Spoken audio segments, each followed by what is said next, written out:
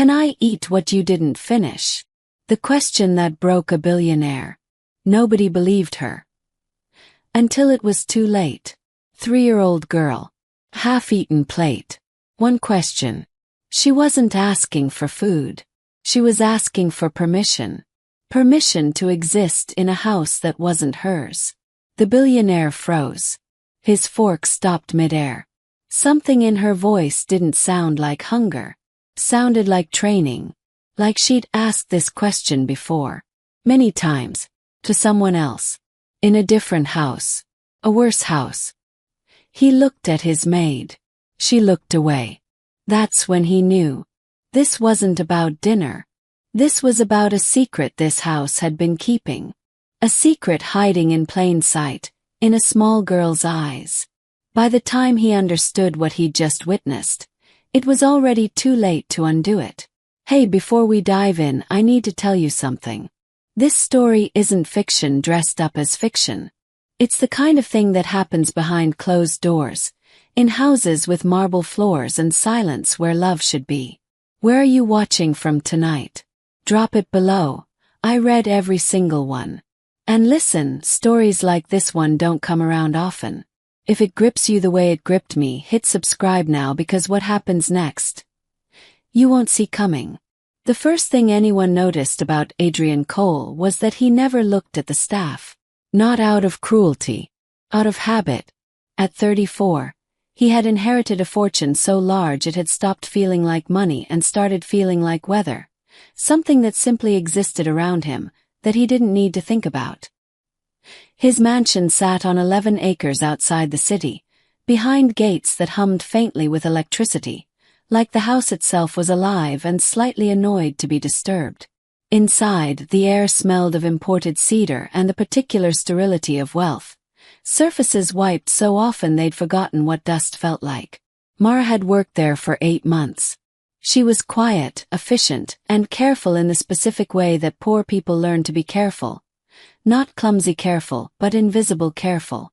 The kind of careful that meant her daughter, Lily, was almost never seen. Almost. That Tuesday evening, Adrian sat alone at the long dining table, the one that seated 12 and had never once seated 12, eating dinner he'd barely touched. Roasted chicken. Vegetables arranged like a magazine photo.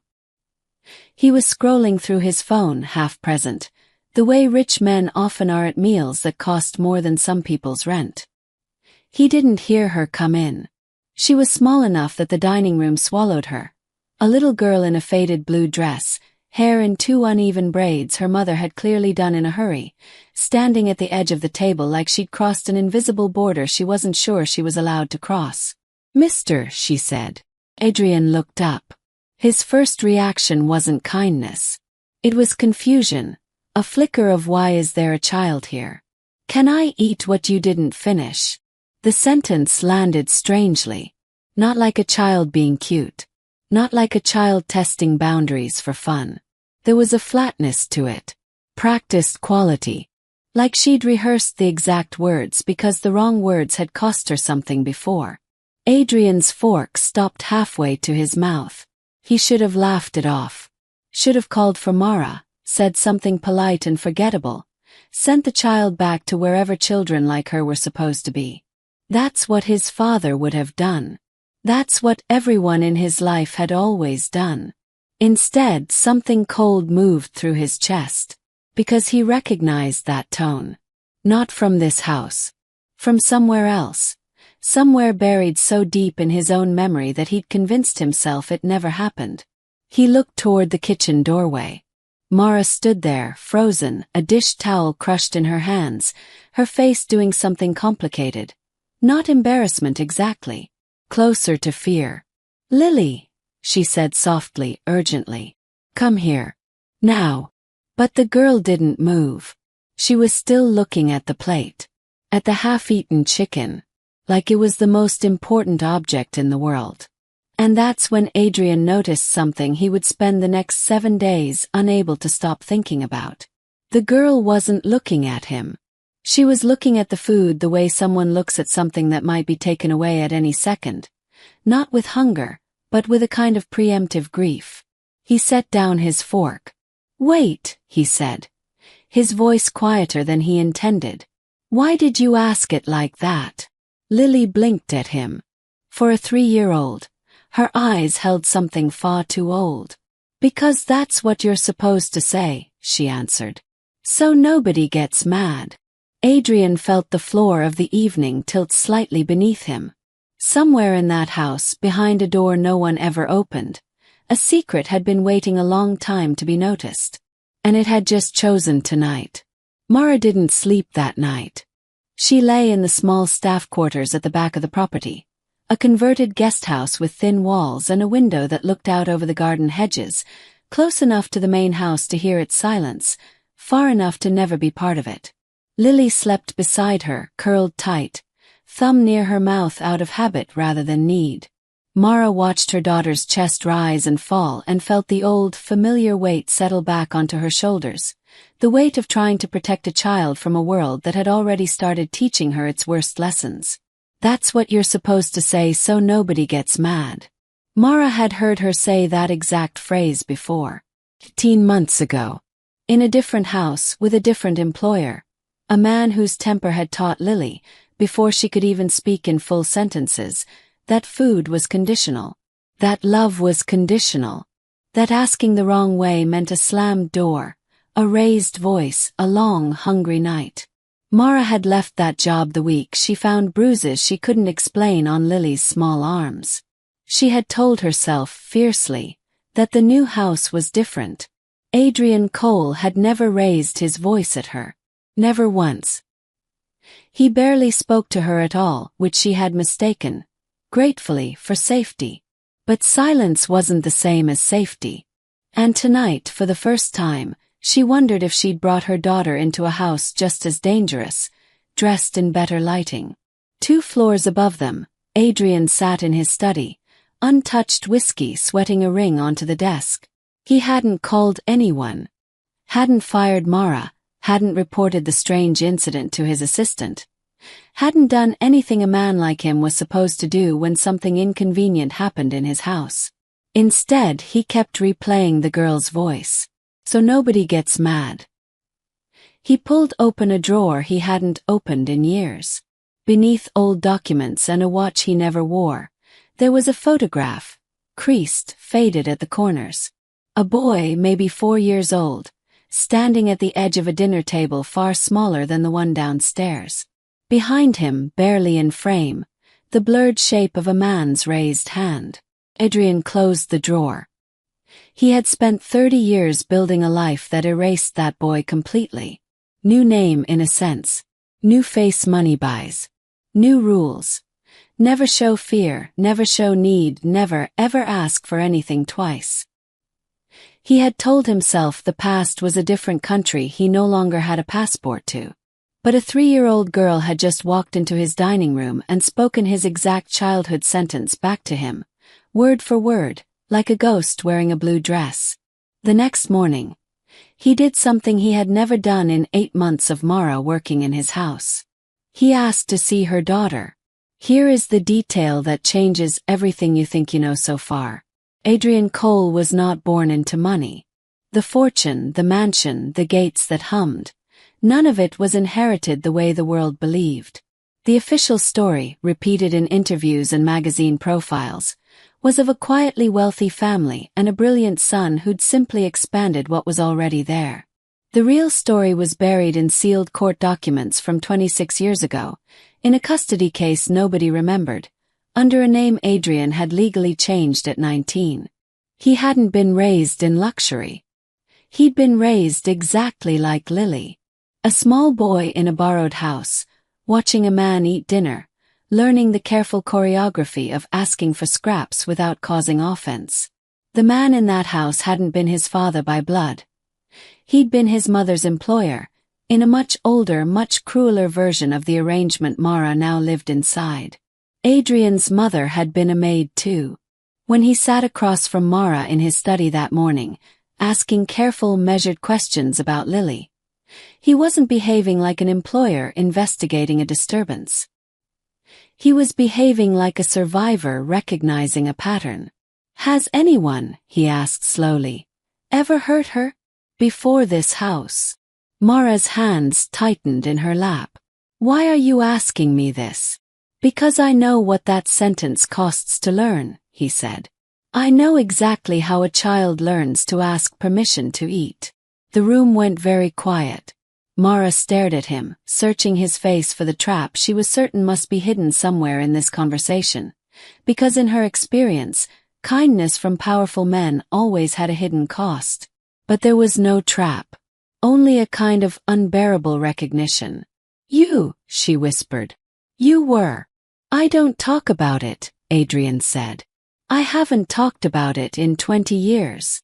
And yet here he was talking about it, to the one person in this house who might actually understand what it had cost him to survive it, and what it might cost her daughter if no one intervened now.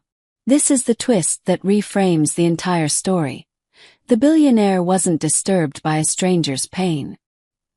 He was looking into a mirror across 26 years. And mirrors, once they show you the truth, are nearly impossible to look away from.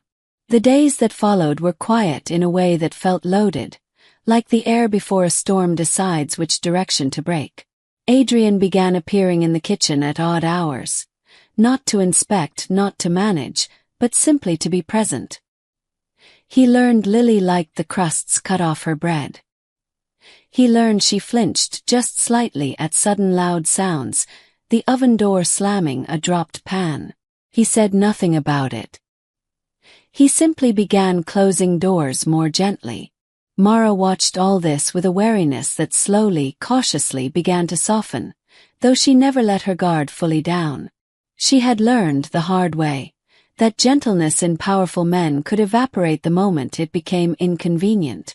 One evening, Adrian sat at the kitchen table instead of the dining room, a small, almost invisible shift that meant more than he realized. Lily climbed onto the chair across from him without being told to, swinging her legs, watching him with open curiosity now instead of fear. Are you sad? She asked him suddenly. Adults rarely asked Adrian that. Children, it turned out, asked it constantly, plainly, without the social cushioning grown-ups required. Sometimes, he admitted. Why? He looked at his hands. Because I used to be a little kid who asked the same question you asked me. And nobody answered kindly. Lily considered this with the grave seriousness only small children can manage. I'm sorry, she said, as if she personally owed him something for it. Something cracked quietly in Adrian's chest. Not pain exactly, something closer to relief breaking through scar tissue. He realized, sitting there, that he had spent 30 years building walls so high that he'd forgotten what it felt like for someone to simply see him without flinching. A small girl in a blue dress had done it in under a week. But not everyone in that house welcomed the change. Adrian's longtime estate manager, Victor, a man who had served the family for 2 decades and quietly run the household's finances with very little oversight, began watching the new closeness between Adrian, Mara, and Lily with a tightening unease. Because Victor knew something Adrian didn't yet know. Something about Mara's previous employer. Something about why she'd really left that house. Something that, if it surfaced, would not just disturb the calm Adrian had built. It would burn the entire house down. Here is the betrayal that nobody saw coming. Victor had hired Mara. Not by coincidence. Not through a normal staffing agency the way Adrian believed. 8 months earlier, Victor had specifically sought her out, because he'd known her previous employer personally, and he'd known exactly what had happened in that house. The bruises, the silence, the reason she'd fled in the night with a toddler and 2 suitcases. He hadn't hired her out of kindness. He'd hired her as leverage. A woman with a documented history of instability. That was the phrase in the file Victor had quietly compiled over the months, cherry-picking details, omitting context, building a narrative he could use whenever it served him. Adrian's growing attachment to Mara and Lily wasn't sentimental drift to Victor. It was a liability to the empire Victor had spent 20 years quietly siphoning from. Adrian's late father had trusted Victor with too much for too long. Investments, shell accounts, money moved in patterns that, if anyone with real motivation ever looked closely, would unravel a decade of careful theft. Adrian had never looked closely. He'd never had a reason to. Until a small girl's question about leftovers cracked something open in him, made him start paying attention to the people in his house for the first time in his adult life. Made him start asking questions. Made him, for the first time, dangerous to Victor in a way he'd never been before. So Victor made his move. He went to Adrian's study with a folder, his face arranged into careful, practiced concern. "I think you should see this," he said, sliding the folder across the desk. "Before this situation with the maid goes any further." Inside were doctored reports, fabricated history, a narrative engineered to make Mara look unstable, manipulative, a woman who'd targeted a previous wealthy household and was now repeating the pattern. Adrian read it in silence. Something hardened behind his eyes. For one terrible moment, the old fear lived in him again, the fear of being fooled, used, taken advantage of by someone pretending to need him. But then he thought of Lily's plain, grave little face. "I'm sorry," she'd said, as if she carried weight no child should carry. That wasn't performance. He knew performance. He'd grown up around people performing gratitude for survival. This was real. He looked up at Victor, and for the first time in 20 years working together, he actually saw him. Really saw him, the careful neatness, the slight tremor in his hand, the too quick concern. "Where did you get this folder, Victor?" Victor's smile didn't waver. "I have my sources." "No," Adrian said quietly. "I think you have my father's old accounts. And I think you've been protecting yourself, not me." The silence that followed was the loudest sound in the entire house. Adrian didn't confront Victor that night. He waited. He spent the next 2 days quietly pulling records himself, not through Victor's channels, but through an outside accountant he trusted, someone with no connection to the household at all. What he found confirmed what his instincts had already told him in that study. Years of transfers. Shell entities with names just official sounding enough to avoid scrutiny. Money bleeding slowly from the family's foundation, the charitable arm his late mother had started, back before she married into money, back when she still remembered what it felt like to need a meal she hadn't been given permission to eat. Victor had been stealing from the one part of the family's wealth that was supposed to help people like Mara, people like the boy Adrian used to be. It was, Adrian realized with a cold, clarifying anger, almost elegant in its cruelty. Victor had built a comfortable life skimming money meant for the hungry, while maintaining a public reputation as the family's most loyal, trusted servant. And he'd nearly used Mara, a woman who'd already survived one nightmare household, as a scapegoat to protect himself. Adrian called a private meeting. Not with lawyers first. With Mara. "I need to tell you something," he said, "and I need you to know none of this is your fault."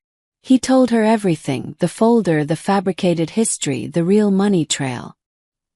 He watched relief and fury cross her face in equal measure, watched her shoulders drop slightly for the first time since he'd known her, as if a threat she'd been quietly bracing against for months had finally been named and disarmed. "He was going to use me," she said slowly, "to protect himself." "Yes. And you believed me. Not him." Adrian thought of a small boy at a dinner table, learning exactly how dangerous it was to be disbelieved by someone with power. "I know what it costs," he said, "to not be believed by the only person who could help you. I wasn't going to do that to you. Or to her." That night, security escorted Victor from the property. He didn't go quietly. There were threats, veiled references to things Adrian didn't understand. A final, ugly attempt to claim he'd only ever acted in the family's interest. But the evidence was already moving through the right channels by then. Lawyers, auditors, a foundation board finally looking closely at 20 years of records no one had bothered to question. Adrian stood in the doorway and watched the car carrying Victor disappear down the long driveway, past the gates that hummed faintly, indifferent to everything that had just happened beneath them. He felt no triumph, only a strange, hollow steadiness, the particular calm that comes after finally closing a door that had been left open, unguarded for far too long. But the final truth of this story, the one that would change everything Adrian believed about his own past, hadn't surfaced yet. It was waiting in one more drawer he hadn't opened. Here is the truth that changes everything. 3 weeks after Victor's removal, while finalizing the foundation audit, Adrian's accountant found something that didn't belong in any of Victor's fraudulent files. An old adoption record. Adrian's mother, the woman he remembered as gentle, quiet, perpetually exhausted from working in other people's houses, had not simply been a maid who eventually married into wealth, the story Adrian had always been told. She had been the maid in this very house, decades earlier, working for Adrian's own biological father before either of them ever knew the other existed in that role. The man Adrian believed had been his employer-turned-stepfather in that old photograph. The man with the raised hand, the man Adrian had spent 30 years trying to outrun, had in fact been his biological father all along. A man who had never once, in Adrian's entire childhood, acknowledged him as his son, who had let him grow up believing he was simply the maid's burden, an inconvenience to be tolerated at the edge of the dinner table, asking permission to eat what was left. The same dinner table, Adrian now understood with a chill that ran the length of his spine, that he had eventually inherited. The same house. The very dining room where, decades later, a different maid's daughter had stood at the edge of his table and asked the exact question that had once defined his entire childhood. Not because history was repeating itself by coincidence, but because Adrian, without ever fully realizing it, had unconsciously recreated the very arrangement that had once nearly broken him. A maid in his house. Quiet child at the margins. A man at the head of the table who held all the power and didn't yet know it. The difference, the only difference, the one that mattered, was that this time the man at the head of the table chose to look up. He chose to answer the question instead of ignoring it. He chose to see the child instead of looking through her. That single choice was the entire story. Not the fortune. Not Victor's theft. Not even the buried adoption record, shocking as it was. Just one man at one dinner, deciding that a small girl's careful, frightened question deserved more than silence. Months later, Mara and Lily still lived on the property. Not in the staff quarters anymore. Adrian had restructured the foundation entirely, building real, lasting support for families like theirs. Families taught by hard circumstance to ask permission for things that should never have required permission in the first place. Lily no longer asked if she could eat what was left. She simply sat down at the table. And for the first time in his entire life, so did Adrian. Not at the head of it, alone, scrolling through his phone, but beside the people he had finally let himself see. The cruelest cycles aren't broken by money. They're broken by attention. By one person finally choosing to notice the quiet pain right in front of them, instead of looking away the way everyone before them did. Adrian didn't save Lily by being rich.